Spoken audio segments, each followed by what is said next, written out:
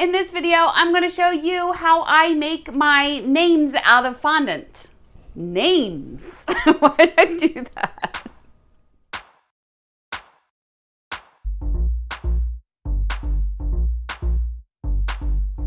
Hi, it's Karolyn. Welcome back to another video, and if this is your first time here, welcome.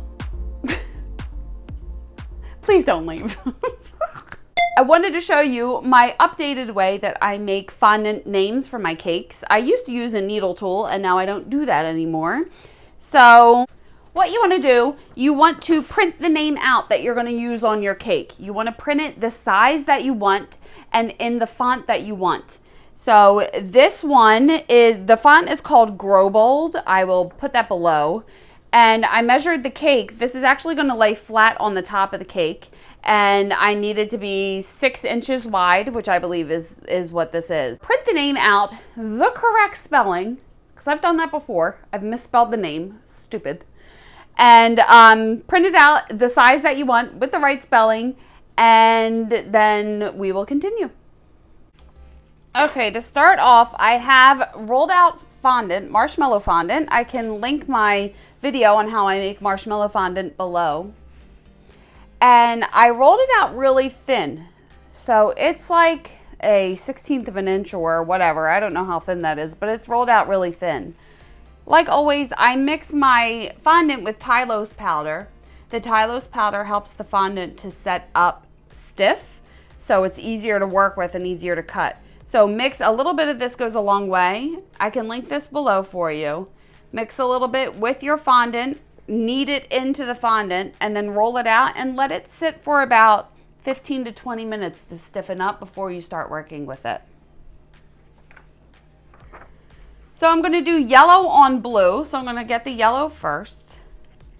I forgot to mention other tools you're going to need. I have a cutting board here.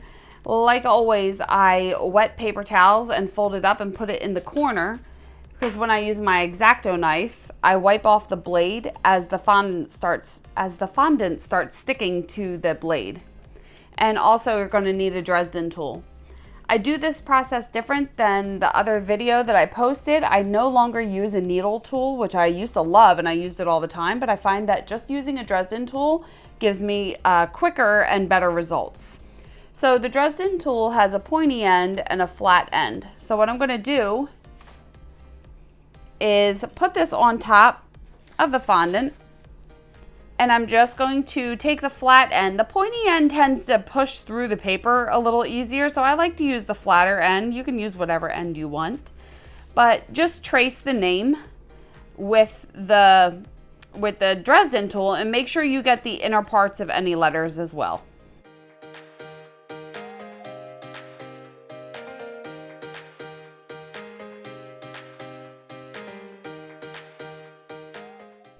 And then when you're done with that, take this off. And hopefully you can see an outline of the name. And now I'm just going to take my X-Acto knife and just cut the name out. I always start by cutting the center parts of the letters out before I cut the outside. So the R and the A, I'm going to cut the center first before I cut the whole letter.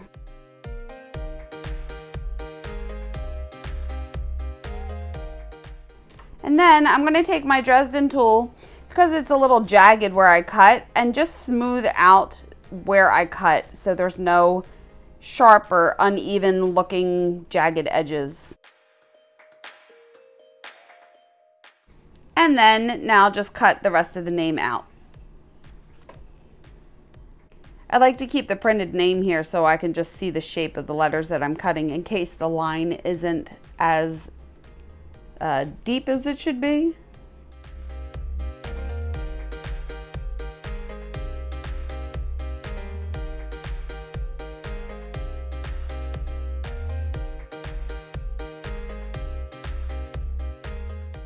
And now, like always, once I cut something out of fondant, I want to take my fingers and just smooth out all the edges to make sure that there's no jagged edges, because it just happens sometimes when you're using your knife that you get some uneven or jagged looking edges. So just take your finger and smooth it around all the edges of the letters.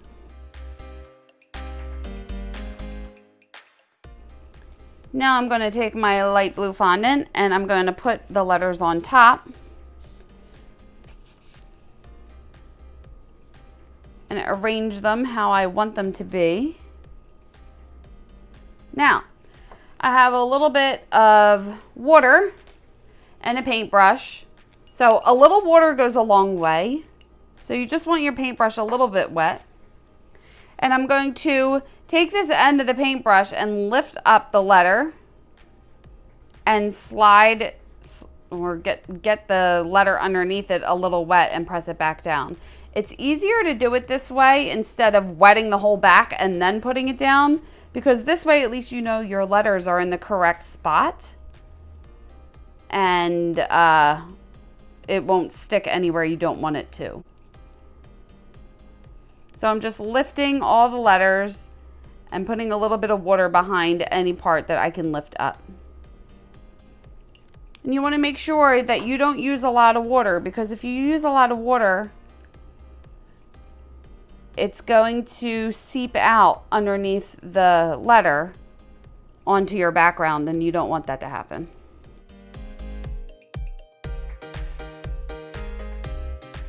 Now that I did that, I just want to cut a border around the letters. So you just have to kind of use your eyes for this to make sure. I'm going to have to lean in. Hopefully my head won't get in the way. But just get real close and go slowly and make sure that you have an even edge going around the whole letter.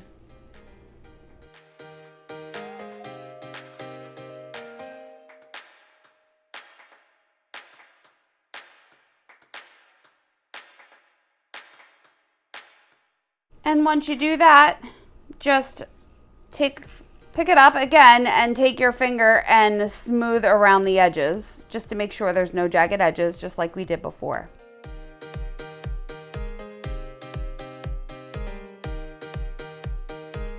So here you go. Here is your fondant name ready to go on your cake. Being that we mixed a little bit of tylose powder in with this, it does hold its shape pretty well. So you can stick it on a cake right away. If you are not ready to put it on a cake, I have the styrofoam dummy here. The cake that I'm putting it on is 7 inches, and this is a 7-inch styrofoam dummy.